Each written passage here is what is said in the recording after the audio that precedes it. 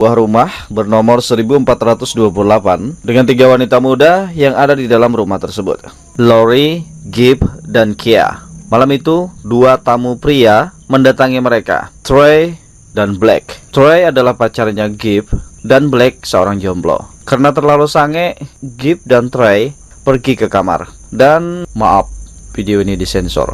Setelah pertempuran berakhir, karena terlalu berkeringat akibat terlalu ganas maayak, Gibb langsung pergi ke kamar mandi. Tiba-tiba Jason ada di sana, memegang sebilah pedang.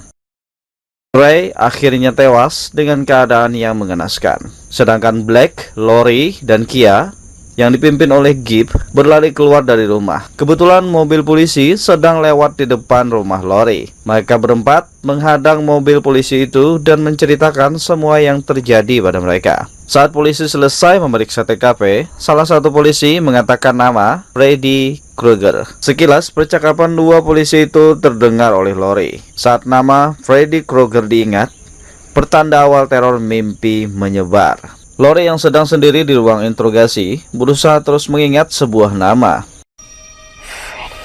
Lori terbangun lalu keluar dari ruang interogasi tersebut. Anehnya, tak ada seorang pun di sana. Lori perlahan berjalan menyusuri tempat itu hingga dia melihat seorang anak kecil duduk sendiri di lantai. Saat Lori mendekatinya, anak itu tidak memiliki mata. Lalu dia berkata, namanya Freddy Krueger. Dia suka anak perempuan. Freddy telah kembali, peringatkan orang-orang. Lori pun mundur sambil ketakutan. Saat punggungnya menyentuh tembok, tiba-tiba dia berpindah tempat ke sebuah pemakaman. Terlihat 3 orang anak kecil sedang bermain tali sambil bernyanyi, 1, 2, Freddy datang padamu. 3, 4, sebaiknya kunci pintu. 5, 6, genggamlah sebuah salib.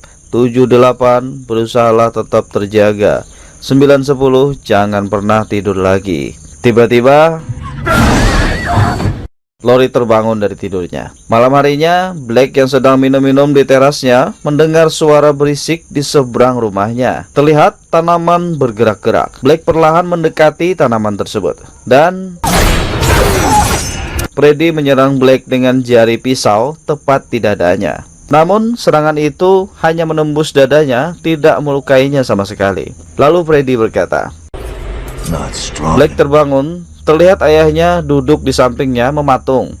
Saat Black menggoyangkan tubuh ayahnya, tiba-tiba saja kepala ayahnya lepas. Ketika Black berdiri, Jason sudah ada di belakang. Black tewas. Lanjut ke rumah sakit jiwa Western Hell, tempat Will dan Mark dikarantina. Saya jelaskan sedikit. Will dan Mark, mereka sebenarnya tidak gila. Sudah 4 tahun mereka di sana dikarantina hanya karena mengetahui sesuatu yang tidak seharusnya mereka ketahui. Malam itu, Mark tanpa sepengetahuan Will merencanakan aksi pelarian dari rumah sakit jiwa tersebut. Mark dengan sengaja membuat jengkel kepala penjaga tempat itu, dan Mark disuntik obat tidur dosis tinggi, lalu diseret kembali ke kamarnya. Namun usaha Mark tidak sia-sia. Dia berhasil mendapatkan kunci rumah sakit jiwa tersebut. Tanpa menunggu lama, Will menggotong Mark yang masih dalam pengaruh obat keluar dari sana. Tak disangka, pelarian mereka berjalan dengan mulus. Malam berikutnya, pesta ladang jagung. Para anak muda ini dengan bebas minum alkohol, menikmati musik hingga pesta setubuh di tengah ladang jagung. Namun tanpa mereka sadari, Jason, si psikopat yang tidak bisa mati, akan membuang malapetaka kematian pada mereka. Di sini terjadi adegan yang sangat menyentuh. Lori, si wanita setia, akhirnya bertemu Will setelah 4 tahun terpisah karena Will dikarantina di rumah sakit jiwa. Gibb yang sedang mabuk berat meninggalkan lokasi pesta, berjalan sendiri di ladang jagung. Anehnya, dia bertemu kekasihnya Trey yang tewas di awal film. Trey mengajak Gibb ke suatu tempat. Setelah berjalan beberapa saat, tibalah Gibb di sebuah bangunan tinggi mirip menara di tengah ladang jagung tersebut. Setelah dipanggil-panggil, namun Trey tidak ada di sana. Ternyata, Gibb tertidur dan diteror oleh Freddy. Nyatanya, Gibb sedang tertidur sendiri di ladang jagung. Di sana ada si Bocan yang melihat Gibb tergeletak dengan posisi menggoda, bersiap mengentolnya. Di dunia mimpi, Gibb terus mencoba melarikan diri dari Freddy hingga akhirnya tersandung dan terjatuh. Karena terlalu takut, Gibb akhirnya bersembunyi di dalam lemari. namun tak ada gunanya karena ini dunia milik Freddy. Jadi tidak ada tempat untuk bersembunyi untuk Gibb. Saat Freddy ingin membunuh Gibb, Gibb lebih dulu tewas dibunuh bersama si Bocan oleh Jason di dunia nyata. Karena mangsanya dicuri Jason, Freddy sangat marah. Kembali di pesta, dua orang ini karena mabuk berat saat melihat Jason mereka mengolok-oloknya. Setelah temannya tewas, si gendut lalu menyiram Jason dan membakarnya. Bukannya mati, Jason yang terbakar malah mengejar si gendut ke tengah pesta. Pembantaian pun dimulai. Well, Lori dan teman-temannya berhasil selamat. Setelah Well mengantar teman-temannya pulang, di mobil tersisa Well dan Lori. Saat itulah Well menceritakan apa yang terjadi padanya selama 4 tahun terakhir. Juga soal penyebab kenapa dia dikarantina di rumah sakit jiwa. Well mengatakan bukan hanya mimpi tentang Freddy dia dikarantina, penyebab utama karena dia melihat ayah Lori membunuh ibunya. Well mengetahuinya saat dia memanjat dinding rumah Lori. Saat itulah dia melihat ayah Lori membunuh ibunya dengan sebilah pisau. Tiba-tiba ayah Lori datang menggedor kaca mobil, menyuruh Lori untuk keluar dari mobil. Lori yang terpukul berat atas kenyataan yang baru dia ketahui, sambil berlari ke rumah dengan perasaan gundah gulana. Saat sampai di tangga, dia menanyakan tentang kematian ibunya dan meminta ayahnya untuk membuktikan bahwa kematian ibunya karena kecelakaan dengan surat kematian dan laporan autopsi tentang ibunya. Namun ayah Lori tidak bisa membuktikan semuanya. Karena takut pada ayahnya, Lori bergegas lari ke kamar. Kemudian keluar melarikan diri dari rumah itu lewat jendela. Setelah beberapa saat berjalan di tengah hujan, Lori kembali bertemu Well. Well membawanya pergi untuk menemui Mark. Di rumah, Mark mungkin karena terlalu lelah, dia tertidur dan masuk dalam dunia mimpi milik Freddy. Sedangkan di luar rumah, Well dan Lori telah sampai. Dari jendela, mereka menemukan Mark telah tertidur.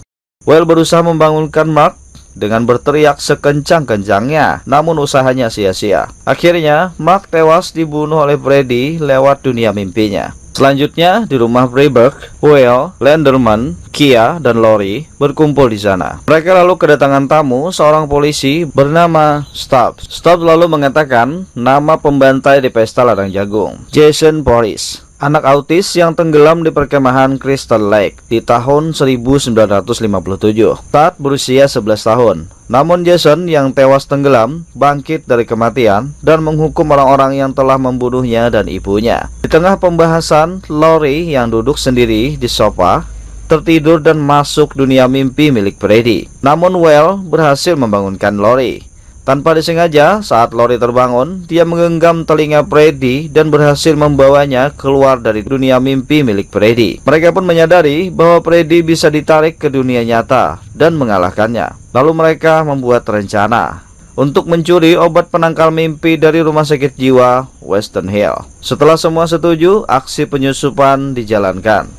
Tanpa mereka ketahui, penyusupan itu diikuti oleh Jason. Well dan kawan-kawan memeriksa setiap ruangan dan tibalah mereka di ruangan di mana banyak orang berbaring dengan selang terpasang di mulut mereka. Ternyata mereka yang terbaring ini adalah orang-orang yang tidak bisa berhenti bermimpi, lalu diberi dosis obat penangkal mimpi berlebih hingga overdosis dan koma. Di ruang kontrol, Freiberg yang asik menyimeng kedatangan tamu aneh, dan ternyata Freiberg telah tertidur dan masuk ke dunia mimpi milik Freddy. Di sini Freddy tidak membunuh Freiberg, lebih tepatnya mengendalikan Freiberg lewat mimpinya. Di ruang kontrol lainnya, posisi Stubbs dan Lenderman bertemu Jason. Jason menyerang dengan pedang, namun tebasan Jason meleset dan mengenai mesin kontrol yang membuat Jason tersengat listrik. Jason lalu meraih polisi Stubbs. Stubbs akhirnya tewas tersengat listrik. Sedangkan Freiberg yang dikendalikan oleh Freddy mengambil obat tidur dengan dosis besar. Dia berniat menidurkan Jason. Saat Jason mengejar Well dan kawan-kawan, Freiberg menghadang Jason lalu menyuntikkan obat tidur pada Jason. Namun sebelum Jason tertidur, dia berhasil membunuh Freiberg. Di dunia mimpi, Jason bertarung habis-habisan melawan Freddy. Namun karena itu adalah dunia mimpi milik Freddy, Jason kalah telak. Karena Freddy menggunakan air kelemahan Jason untuk menyerangnya. Di dunia nyata, Well, Lori, Kia, dan Landerman membawa Jason ke perkemahan masa kecil Jason tempat dia tenggelam. Lori menyarankan agar dia diberi obat tidur. Selama 15 menit, dia akan membawa Freddy ke dunia nyata saat dia terbangun. Semua setuju, rencana pun dijalankan. Di dunia mimpi milik Freddy, dia menemukan masa lalu Jason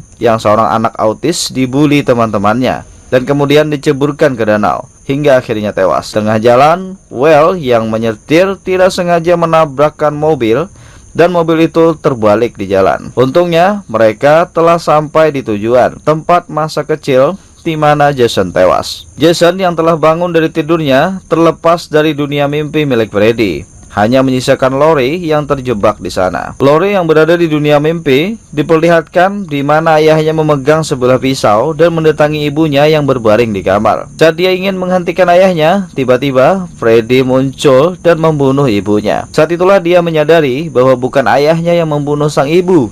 Itu adalah perbuatan Freddy yang membunuh ibunya lewat mimpi. Sedangkan Well, Kia, dan Landerman membawa Lori yang tertidur ke sebuah rumah dengan Jason yang mengejar mereka di belakang. Jason pun lalu memasuki rumah itu. Tanpa disengaja, Jason menumpahkan bahan bakar dan menjatuhkan lampu minyak.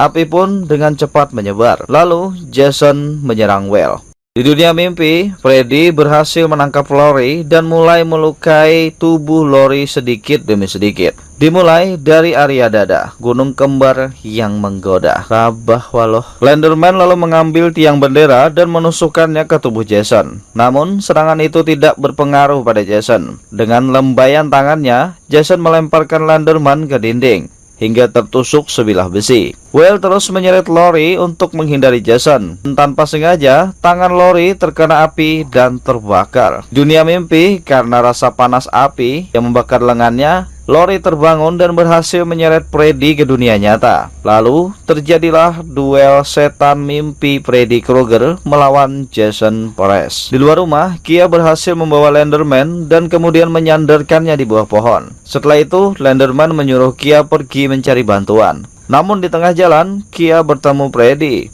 Apesnya, di sana juga ada Jason. Alhasil, Kia tewas di tangan Jason. Pertarungan Freddy versus Jason berlanjut. Well membawa Lori berlari ke pelabuhan. Setelah sampai, Lori menolak meninggalkan tempat itu. Dia ingin melihat kematian Freddy di tangan Jason terlebih dahulu sebelum meninggalkan tempat itu. Pertarungan Freddy versus Jason berlanjut hingga sampai ke pelabuhan tempat Well dan Lori berada. Lori lalu menyemprotkan bahan bakar ke arah Freddy dan Jason dan mengambil kayu bakar dari rumah lalu melemparkannya ke arah Jason dan Freddy. Dan mereka semua terlempar ke air. Setelah beberapa saat, Well dan Lori berhasil naik kembali ke pelabuhan. Namun, Freddy sudah ada di sana menghadang mereka dengan tangan yang menggenggam pedang milik Jason. Saat Freddy ingin menebas Well dan Lori, Jason muncul di belakang Freddy, menusuk Freddy dengan tangannya sendiri. Setelah itu, Jason kembali terjatuh ke air. Freddy yang sudah tidak berdaya, diam dan berlutut di depan Well dan Lori. Lalu, Lori mengambil pedang milik Jason dan menebas leher Freddy. Freddy, si setan mimpi, akhirnya tewas. Well dan Lori selamat, sedangkan Landerman dan Kia tewas. Beberapa hari setelah itu, saat sang fajar menyingsing, Jason keluar dari danau. Dia bangkit kembali dan film pun berakhir. Penasaran kan siapa Jason sang pembantai abadi ini dan siapa Freddy Krueger? Oke, agar kalian bisa dengan jelas memahami film ini, akan saya jelaskan sedikit. Dimulai dari Jason. Jason adalah psikopat dengan kekurangan mentalnya namun tidak bisa mati. Jason terobsesi untuk balas dendamnya atas kematian dirinya dan ibunya. Sedangkan Freddy Krueger juga seorang psikopat. Dia adalah penyuka anak-anak, bahasa gaulnya pedofil, yang dibunuh dengan cara dibakar hidup-hidup, kemudian menjadi setan mimpi. Freddy Krueger mempengaruhi Jason dan membangunkannya agar melakukan pembunuhan untuknya, supaya orang-orang mulai mengingat namanya, Freddy Krueger. Namun, semua tidak seperti yang direncanakan oleh Freddy Krueger. Semakin banyak orang yang mengingat namanya, semakin kuat dia. Semakin takut orang-orang padanya, semakin banyak dia bisa membunuh orang lewat mimpinya. Freddy hanya bisa membunuh orang yang takut padanya. Dan lalu kenapa